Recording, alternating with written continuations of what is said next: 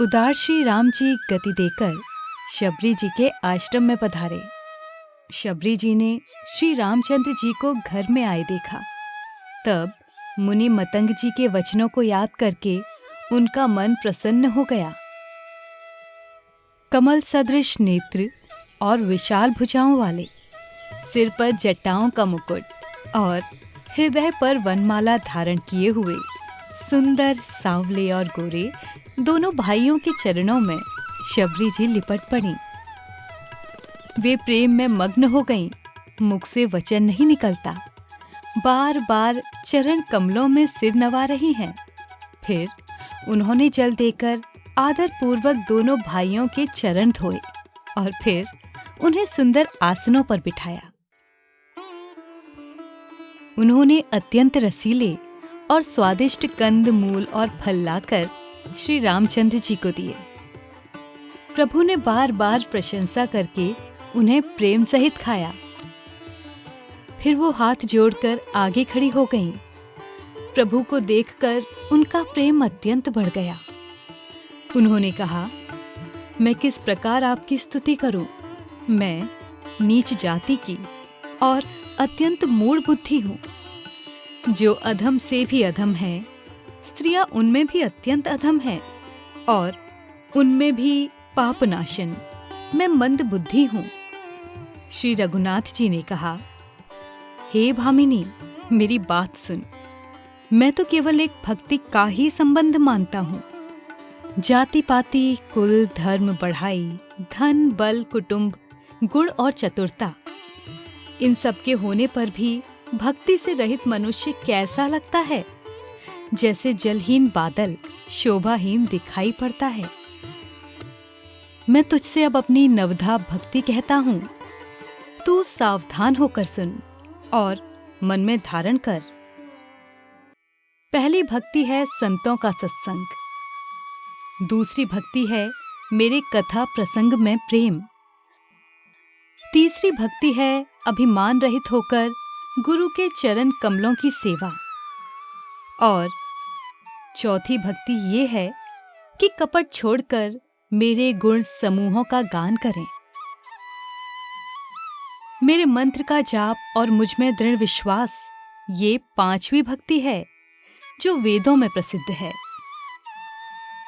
छठी भक्ति है इंद्रियों का निग्रह, शील, बहुत कार्यों से वैराग्य और निरंतर संत पुरुषों के धर्म आचरण में लगे रहना। सातवीं भक्ति है जगत भर को संभाव से मुझ में ओतप्रोत देखना और संतों को मुझसे भी अधिक करके मानना।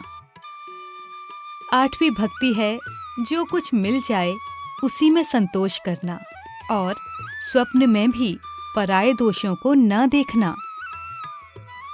नवीं भक्ति है सरलता और सबके साथ कपट रहित बर्ताव करना, हृदय में मेरा भरोसा रखना और किसी भी अवस्था में हर्ष और दैन्य का न होना। इन 9 में से जिनकी एक भी होती है, वो स्त्री पुरुष जड़ चेतन कोई भी हो, हे भामिनी, मुझे वही अत्यंत प्रिय है। फिर तुझ में तो सभी प्रकार की भक्ति दृढ़ है। अतएव जो गति योगियों को भी दुर्लभ है, वही आज तेरे लिए सुलभ हो गई है। मेरे दर्शन का परम अनुपम फल ये है कि जीव अपने सहज स्वरूप को प्राप्त हो जाता है। हे भामिनी, अब यदि तू गजगामिनी जानकी की कुछ खबर जानती हो तो बता। शबरी ने कहा, हे रघुनाथ जी, आप पंपा नामक सरोवर को जाइए। वहां आपकी सुग्रीव से मित्रता होगी। हे देव, हे रघुवीर, वो सब हाल बतावेगा। हे धीर बुद्धि, आप सब जानते हुए भी मुझसे पूछते हैं।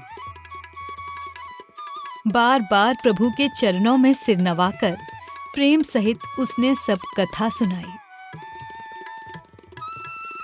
सब कथा कहकर भगवान के मुख के दर्शन कर उनके चरण कमलों को धारण कर लिया और योगाग्नि से देह को त्याग कर वो उस दुर्लभ हरिपद में लीन हो गई।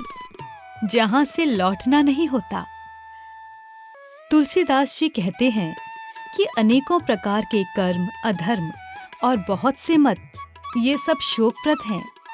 हे मनुष्यों, इसका त्याग कर दो और विश्वास करके श्री राम जी के चरणों में प्रेम करो। आशा करती हूँ आपको ये वीडियो अच्छा लगा होगा। अगर हाँ, तो आप इस वीडियो को लाइक करना ना भूलें। इस वीडियो को शेयर करें और साथ ही साथ हमारे चैनल को सब्सक्राइब ज़रूर करें। मिलते हैं एक नए वीडियो के साथ। तब तक के लिए जय श्री राम।